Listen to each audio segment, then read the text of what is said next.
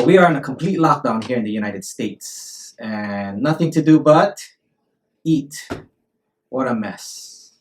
So before we continue, let me just clean up this clutter. Been pigging out. It's been nuts. Hold on 1 second. Now, now that's more like it. Now let's begin. Are you in need of some emergency money because of this crisis? Or maybe you're just running out of cash because you haven't been able to work because of this whole stay-at-home order. Well, you're in luck because in this video, we will be sharing a few tips on how to weather the storm and maybe even come out ahead by having some emergency money. Hello everyone, it's Rick here with goodincomestreams.com and the author of Invest Like the Rich. Now, this illness has caused a lot of concern throughout the United States and even the entire world. And some of those concerns are quite understandable. Like, for example, some people are thinking, I'm living paycheck to paycheck. How am I supposed to survive if I'm going to be staying at home? Some might even say, does the government even understand that if I don't work, how am I supposed to pay for my rent? How am I supposed to buy food and other necessities? Well, we do have that stimulus coming in. However, is that going to be enough for you? And there are a lot of other concerns, a lot of questions that have been popping up. And I myself, I'm concerned. I mean, I do have businesses set aside. I do have income coming in every single month. However, I'm concerned that some of those incomes might stop or might slow down. Say, for example, the rental income that I receive every single month from my tenants. Will I get another rental payment next month? I'm not sure. I don't know what their situation is right now. I haven't reached out to them. But at the same time, that still makes it very concerning because my tenants, they need to work. But if they're staying at home, how are they supposed to make some money? And if they're not making money, how are they supposed to pay me, right? So there's a ripple effect. And it can be really tough. So because of that, I've been thinking about ways that we can make money or at least help us out through this crisis. Now, we all know that the US president has declared a state of emergency. And until we can get back to normal, we need to find a way to fight this illness. But until then, we also need to make sure that we can stay afloat financially. So here are a few tips to help you. Now, if you like this video, please smash that like button so that the YouTube algorithm will help promote my video more. Now, the first one is working at home. Now, I can understand that not everybody can work at home. I mean, let's just say, for example, you're a carpenter or some kind of construction worker. I'm pretty sure you can't be building a house or even a building working at home, right? You need to be on the job site doing all of that. So in that case, this might not work for you. However, let's just say you work in an office. You work with a computer and you could ask your company, would it be possible to work at home? So that way you can still earn an income, but following the mandate of staying home. Now, of course, with this one, we need to make sure that we understand the company. That just because we get to stay home and work at home doesn't mean that we can abuse it. You got to understand how the company is gonna feel, right? So this one, let's not abuse it. Let's take advantage of staying at home while working and still being honest about it. Now, the second one is if you cannot work at home, then maybe you can do some kind of side hustle.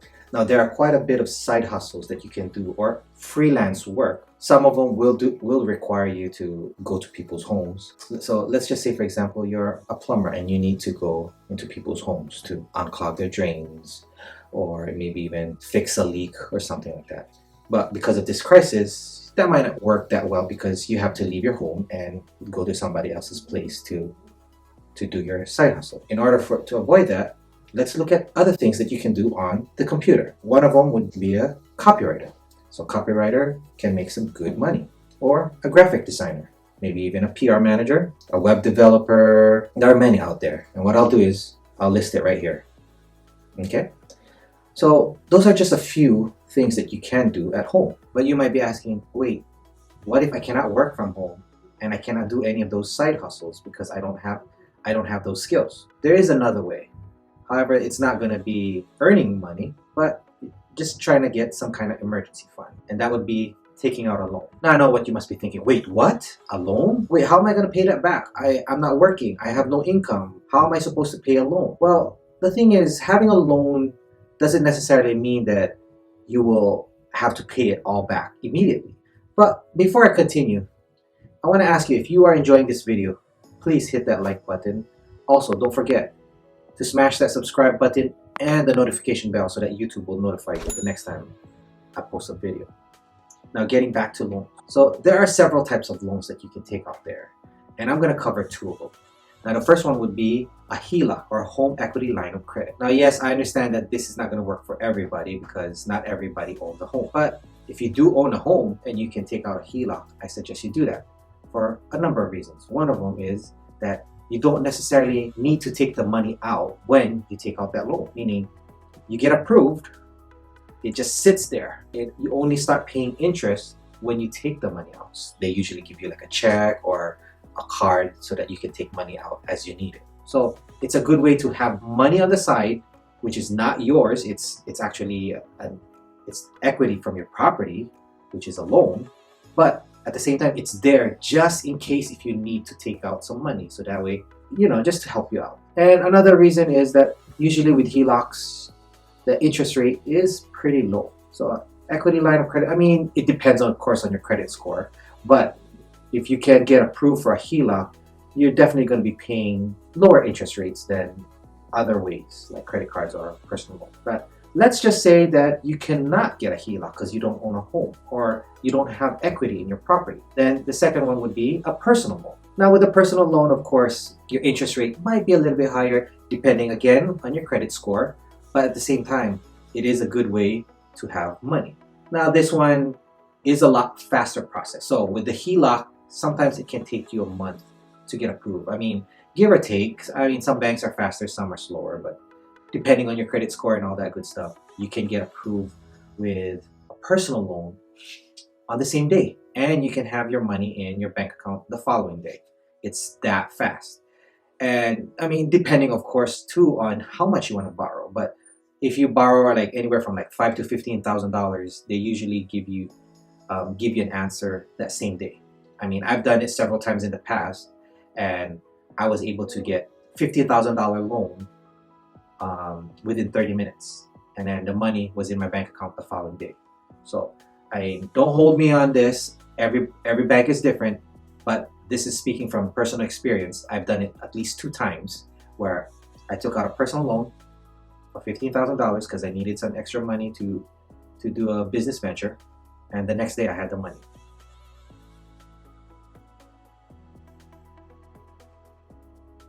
Now I'm going to include a link down below for how you can eliminate credit card debt, or at least get 0% interest credit cards. Now with credit cards, yes, you can get 0%, but for the most part, it's usually a higher interest rate than personal loans or even home equity line credits. But at the same time though, having a credit card can be a great option because why? Just like a HELOC, you don't have to have the money on you. So you're not technically paying for interest. You don't have to pay for any interest until you use the money. Well, actually, you even have a grace period on top of that. So you can use the credit card, and until you get that first bill, you have that leeway of not paying for any interest. So that would be a great way for you to at least help you with this emergency fund until you can go back to work, which hopefully is going to be in a month or 2 from now. The other thing about credit cards is that it can actually boost your credit score.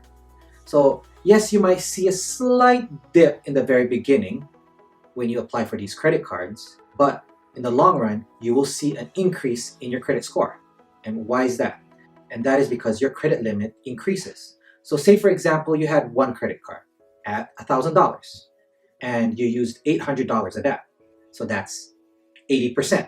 Now let's say you have 5 credit cards at $1,000 each. I mean, I'm not saying get 5 credit cards, but let's just say, for example, now your credit limit is at $5,000 total, because that's what the creditors do. They like to see your total credit limit.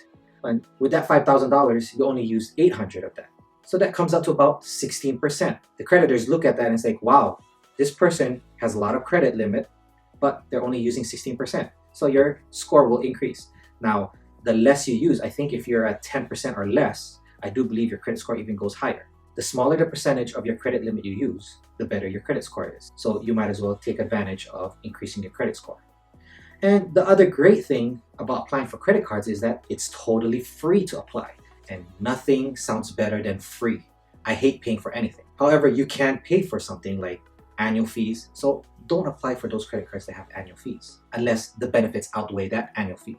So me, I prefer to apply for all those credit cards that have no annual fees, no deposits, none of that stuff. I've had credit cards for several years now, and what I love about credit cards is that you can always get those cashback.